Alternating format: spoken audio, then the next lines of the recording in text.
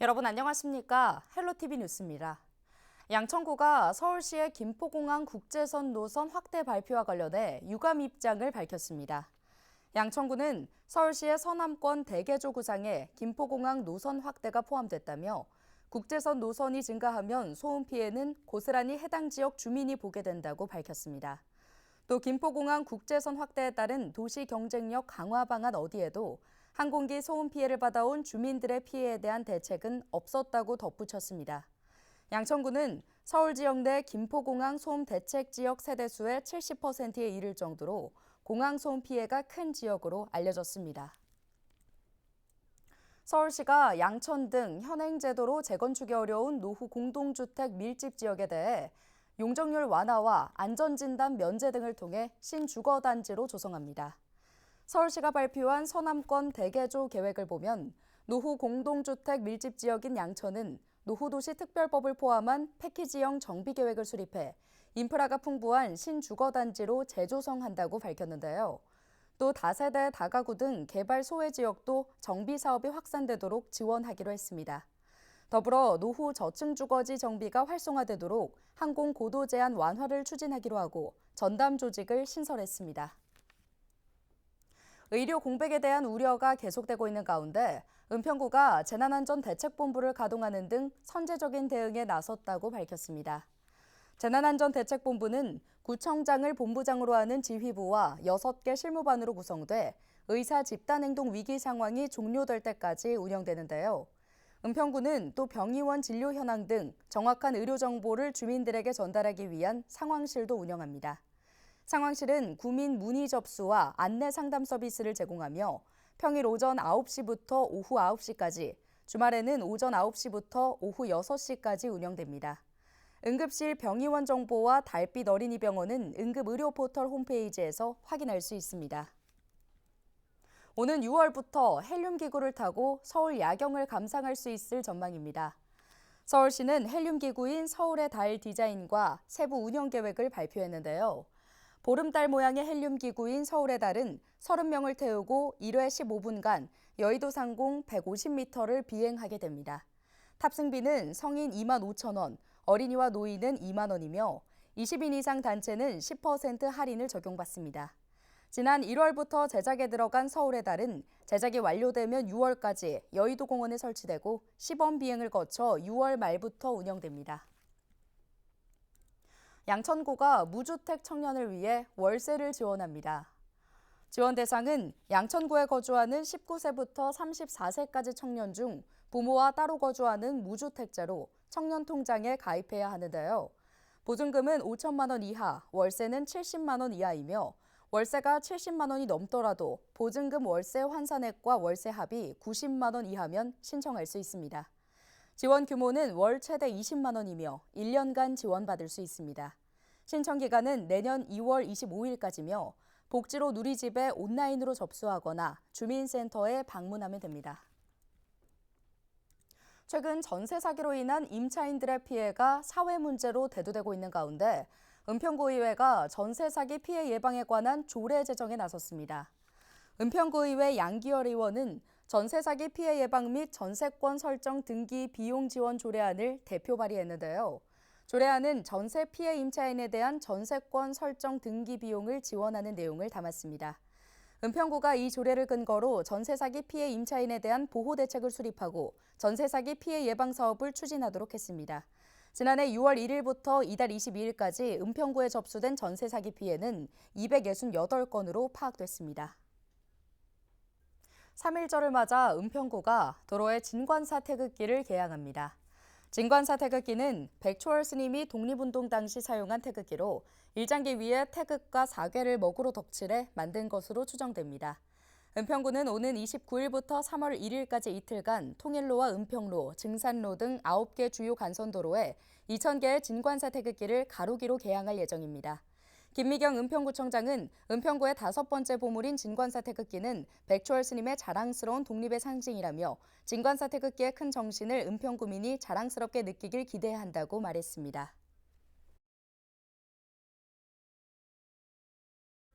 부동산 침체가 길어지면서 울상을 짓고 있는 사람들이 있습니다. 바로 부동산 중개인들인데요. 한때 노후 대비 수단으로 인기를 모으면서 공인중개사의 인기가 대단했는데 지난달에는 새롭게 문을 연 부동산보다 문을 닫은 곳이 더 많았다고 합니다. 심다희 기자입니다. 23년째 부동산 중개업에 종사 중인 김옥순 씨. 사업장을 유지하고 있지만 언제까지 버틸 수 있을지 고민입니다. 지난해부터 거래가 점점 줄더니 올해는 손님 발길이 뚝 끊겼습니다. 예전에 거래 절벽 절멸 말했던 거에 더 극한 표현이 없어서 표현을 못할 뿐이지 너무 어렵고 어떻게 보면은 거의 자포자기인 상황이 아닌가. 투잡, 대리운전이나 배민하신다는 분도 있었고 그렇게 해서 손해를 줄여가는 거예요. 부동산 시장 침체가 장기화되면서 문을 닫는 중개업소가 늘고 있습니다. 서울의 경우 2021년 3,200여 건이던 폐업과 휴업 건수는 이듬해 3,300여 건으로 늘었고 지난해에는 3,800여 건으로 15% 이상 급증했습니다. 2021년과 22년 폐업과 휴업이 3,800여 건이었던 경기도 역시 지난해엔 4,300여 건으로 문을 닫는 업소가 크게 늘었습니다. 인천에서도 지난해 처음으로 부동산 폐휴업 건수가 1,000건을 넘었습니다. 같은 기간 중개업 신규 등록은 감소했는데 서울은 4천여 건에서 3천여 건으로, 경기도는 5,300여 건에서 3,500여 건으로 뚝 떨어졌습니다. 상황이 이렇다 보니 지난해엔 문을 연 공인중개업소보다 문을 닫은 곳이 더 많았습니다. 통상적으로 부동산 개업이 가장 많은 시기인 1월에도 휴폐업 건수가 신규 개업 건수를 앞질렀습니다. 전문가들은 고금리와 건설 경기 악화로 매매 심리가 위축되면서 중개 수요 역시 크게 줄어든 것으로 분석합니다. 들어오는 수입은 없는데 임대료 등 지출은 그대로인 상황. 얼어붙은 투자 심리가 풀리지 않는 한 문을 닫는 부동산 중개업소도 더 늘어날 전망입니다. 총선이 지나면 살려야 되는 건설사, 시행사 또는 안 되는 건설사를 구분해서 여러 가지 수술을 할 텐데 국민들은 그런 부분에서 심리적인 위축이 되거든요. 총선 이후에는 오히려 지금보다 오히려 투자 심리 위축 상황이 더 가속화될 수도 있습니다. 한때 노후 대비 수단으로 중장년층의 인기를 모았던 공인중개사. 부동산 시장 침체에 직격탄을 맞고 있습니다. 헬로티비 뉴스 심다희입니다. 수도권 광역급행철도인 GTX B노선 민자 구간이 정부 심의를 통과했습니다. 국토교통부는 GTX B 민간투자사업 사업 시행자 지정 실시 협약안이 민간투자사업심의위원회 심의를 통과했다고 밝혔는데요. 사업 시행자는 수도권 광역급행철도 B노선 주식회사로 대표사는 대우건설입니다. 이에 따라 국토부는 사업 시행자와 실시 협약을 조속히 체결할 계획입니다. GTX B노선은 인천대 입구역부터 마성역까지 14개 역을 정차합니다. 사업비는 4조 2,894억 원이며 총 길이는 82.8km입니다. 인천대 입구역부터 청량리역까지 일일 최대 160회 운행하며 상봉역에서 마성역 구간은 경춘선과 선로를 공용합니다. GTX B노선이 개통하면 지하철과 버스로 1시간 이상 걸리던 인천 송도, 남양주 마석에서 서울역 등 서울 도심까지 30분 안에 갈 수 있습니다.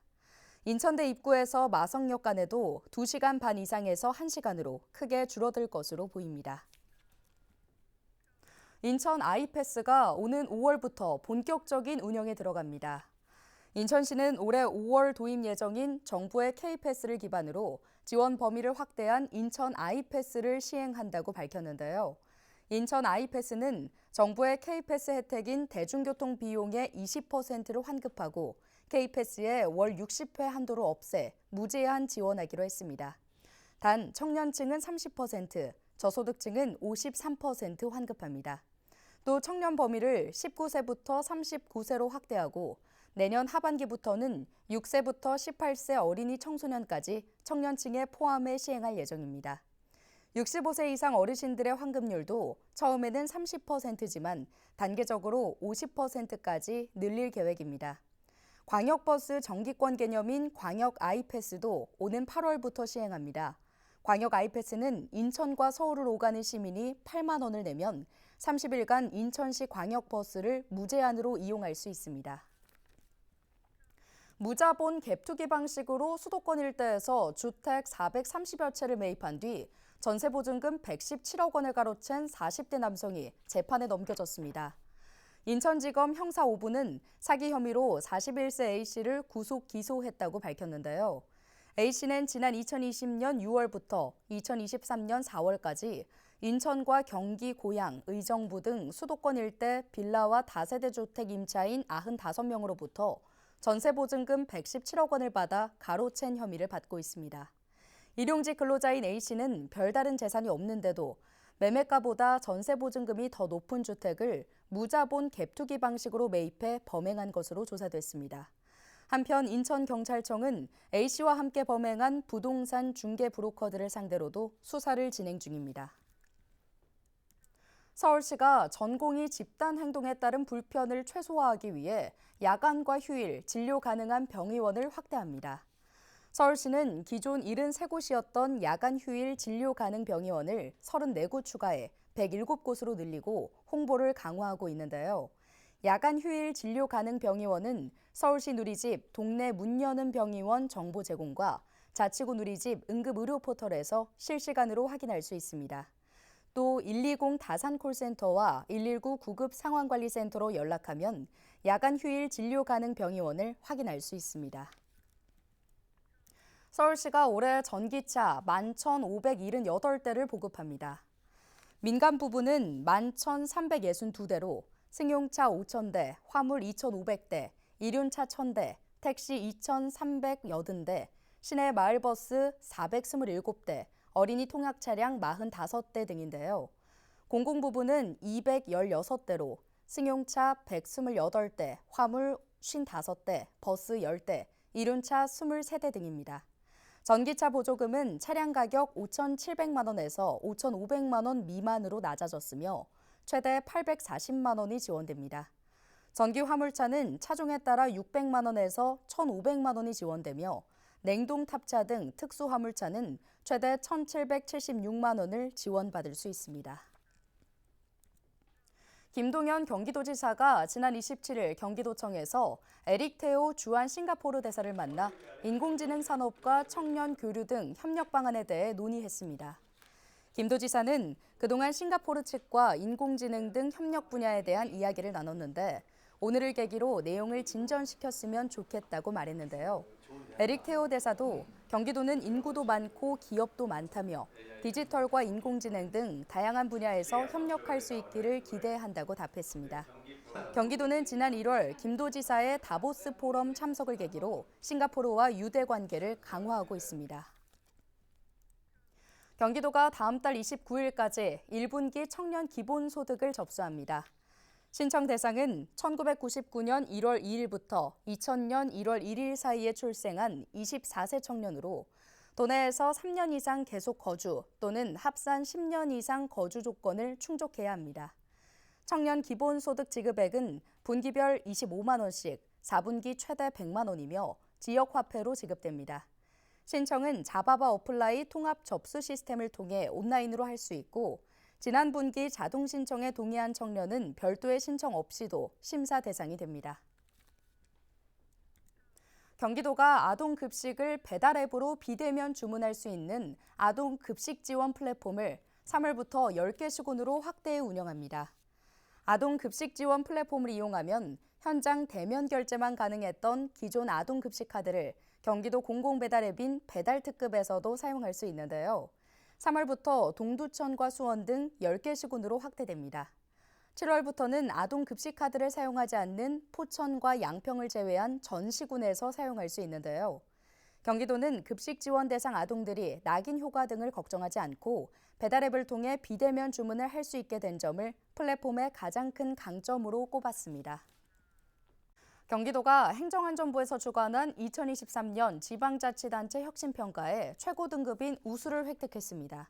도는 이번 평가에서 17개 광역단체 중 종합 2위를 기록했는데요. 3개 분야 10개 세부 평가 지표 중 8개 지표에서 우수 등급을 받았습니다. 오늘 준비한 소식은 여기까지입니다. 함께해 주신 여러분 고맙습니다.